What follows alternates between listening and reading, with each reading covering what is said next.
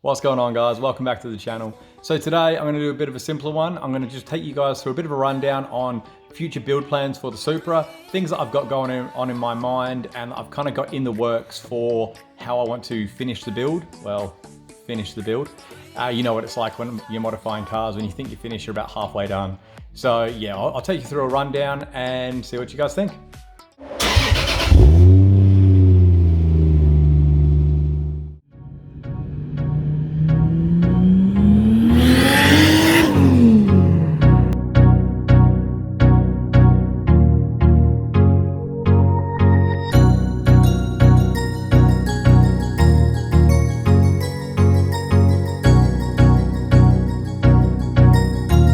Okay, so firstly for interior, the interior is kind of done at the moment, but there are a couple little things I need to do. So since putting that new head unit in, I do want to pull the back of the stereo apart and retune it. For me to retune it, I have to pull apart all the panels that I've built in the back and like to get access to the amps. So that's fine, I'll do that. And I may at the same time install some rear speakers. At the moment, I'm only running my front speakers that are 6-inch splits and the sub and the amps. But I figure, I mean, the spots are there, why not chuck some speakers in? I want to have a look and see if I can actually bridge the outputs from the head unit. I don't know if that's a thing we can do. I've never actually tried to do that. You always bridge from an amp. But I'm bridging that amp at the moment to run the front speakers, and they run really nicely. So just to get a little bit of extra noise in the back, I'll only be running kind of like high pass filter through the back speakers. I don't want any bass out of them because that's what the sub's there for. So that's running all my low pass. If you didn't understand what I just said with high pass and low, give it a Google because it's just like stereo jargon. Sorry about that. Apart from that, the interior is pretty much done. I don't really want to do anything else. I have had an idea of so this material here, this kind of Alcantara type material, I've thought about wrapping the A pillars, B pillars, and C pillars. So A pillar, B pillar, C pillar. I've thought about doing that because it would be a nice transition through the car to actually have what's on the seats kind of on the car as well. But I don't know, I'm kind of up in the air about that. Comment down below, tell me what you think I should do. Should I do that or should I leave it factory? Now, keeping in mind on my A pillars, there are 2 holes from back when this stereo company installed my stereo originally, and he put my speakers on the dash and it was gross. So I can't really hide them. It'd be nice to be able to hide them through the Alcantara, but I don't know. I think it would bring a bit of a Lambo feel to it, which would be cool.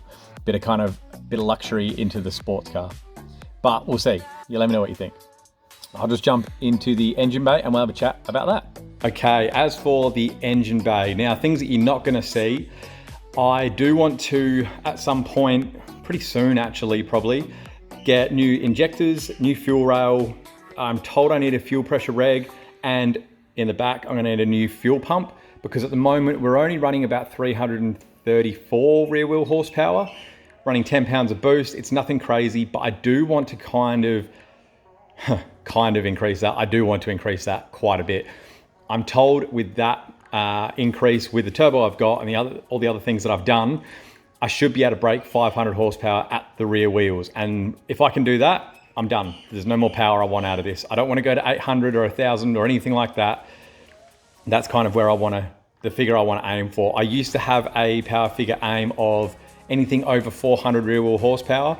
And I told the workshop that, and they were like, well, when you do this next stage, that's just us detuning it. We can get over 500 out of it doing that. So I was like, well, let's do that then. We've got the V160 gearbox.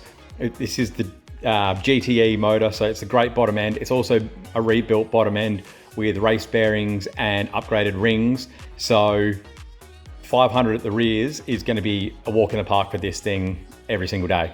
And like you're only getting that when you're actually absolutely beating on it. So, you know, I'm sure it'll be fine. Apart from that, in a video coming up, I'm actually going to build a beauty panel here to kind of cover up that. And it's going to have this kind of wrinkle finish. So from behind the strut tower there, up there will be a panel. And also pretty much the same thing on this side, just covering up those areas. I would like to do a battery to the boot at some point, just to give me a bit more space here. And when I do that, I will redo the cold side intercooler pipe and the hot side intercooler pipe. That, as I said in one of my other videos, I've actually made it a custom pipe. So it comes down, goes down behind the radiator, loops around the front into the intercooler. I would like that to be one piece, or I've got to look at legality side of things. If I can cut a hole there and just drop it straight out and straight into the intercooler, that'd be really good. As well as doing the beauty panels, I would like to do a cold air intake here.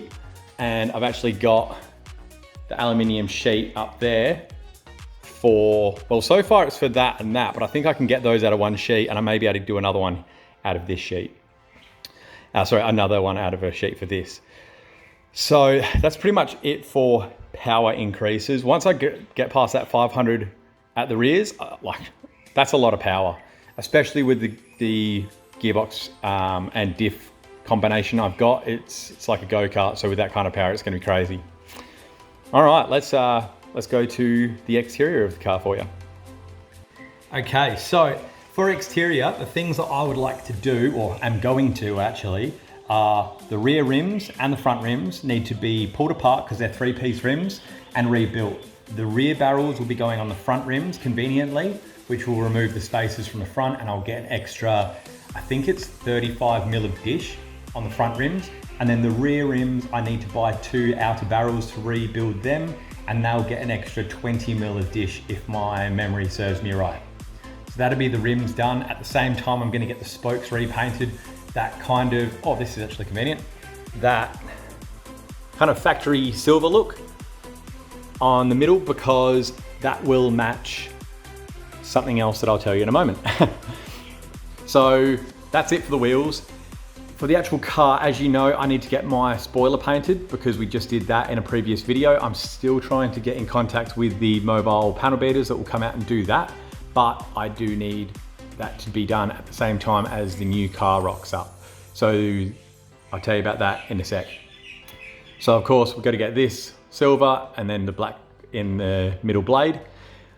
For now, that's it for the paint, but I do have in the future the plans to repaint this whole thing, get it rubbed all the way back and get a full fresh paint job. Not in this color. I'm going to change color.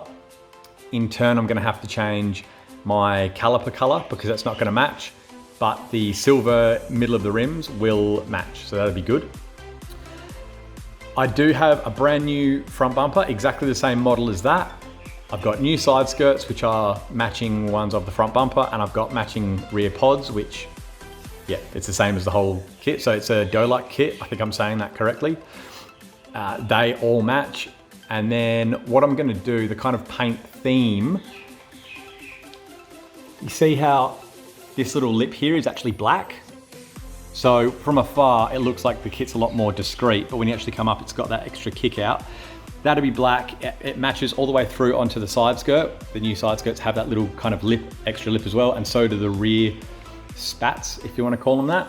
So they will have the black trim there. Also, just in case, I don't know, you touch a curb when you're going up a curb or whatever, it's really easy to fix instead of painting it the color of the car, which is going to be revealed when that gets done. The other thing that will be getting done, any of you that know Dolak bumpers, I don't know why they've done this, but there's this like bump. I hate it. I love the bumper, but I hate this little bump. It's weird.